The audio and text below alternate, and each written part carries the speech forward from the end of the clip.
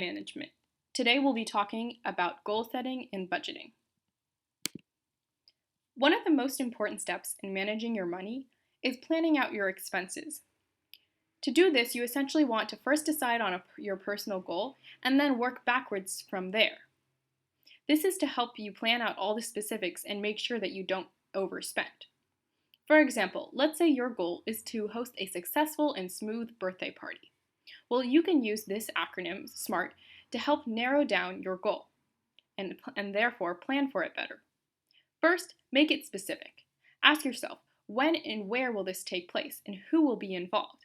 For example, just saying I want to host a birthday party is very vague, but if you can figure out the venue and how many people will come, that helps make it more specific. Make sure your goal is measurable. How will you measure success? Will it be based on the number of people who come, or maybe their attitudes after the party? That'll help you determine how you want to measure the success of your goal. Next, look at whether it's attainable. Is the goal really reasonable and realistic? You don't want to end up having these elaborate plans and then falling short. Try to make sure that your goal is attainable. Finally, we have relevant and time-bound. Ask yourself, is this goal worthwhile? And what's the timeline?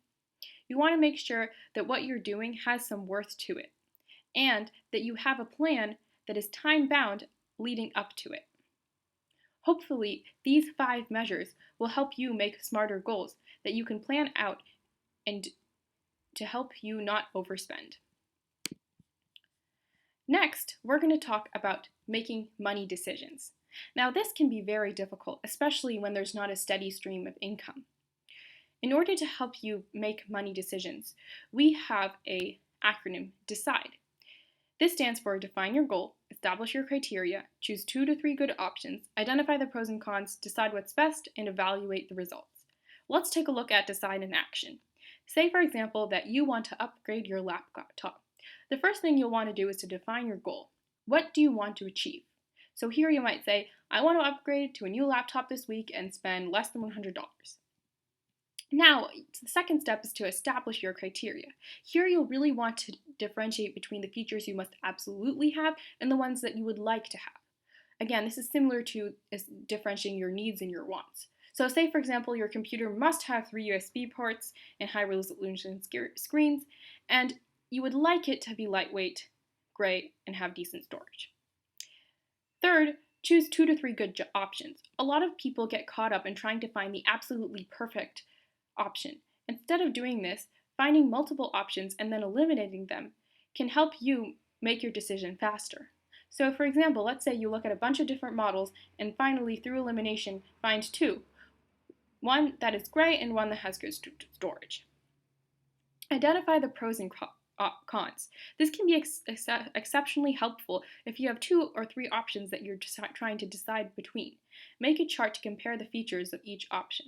So for example, let's say you could say the laptop has good storage, has good reviews, and a lower price, but the gray laptop would look better. However, you might realize in this case that actually I could just get around this by buying a gray laptop case. 5. Decides what's best. Which option best matches your criteria? This is when you circle back to number 2, especially given your needs and wants. In this case, you might want to go with the less expensive, high-rated white laptop with good storage. And even though you would like a gray one, you can get around this maybe with the gray laptop case.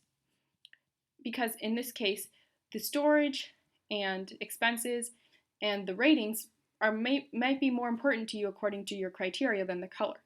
Finally, evaluate your results. Determine what you do and don't like about your choice so then you can update and revise for next time. Finally, the last thing we'll just mention here is the idea of opportunity cost. Opportunity cost is the loss of potential gain from one option when another option is chosen. Essentially, every time you make a choice, you're losing out from making other choices. And this can often drive people crazy and lead them to not making any choice at all. Hopefully, however, using the DECIDE method will help you overcome this challenge and make more decisions faster. Finally, we're going to talk about budgeting. We've so far talked about making a spending plan. And here we just want to remind you why that's so important. If you don't make goals in a spending plan, then there's no way for you to ever figure out whether you're coming closer to those goals or if you'll even ever reach them. Furthermore, without a budget, you might end up getting into debt.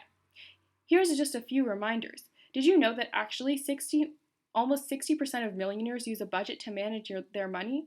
You can't become rich by impulsively spending away all your money. Remember, balancing your cash flow is definitely a balancing act, but it's worth it. Please do look into trying to create a budget for yourself and a spending plan because that will help make sure that you are managing your money wisely. Thank you and hope to see you next time.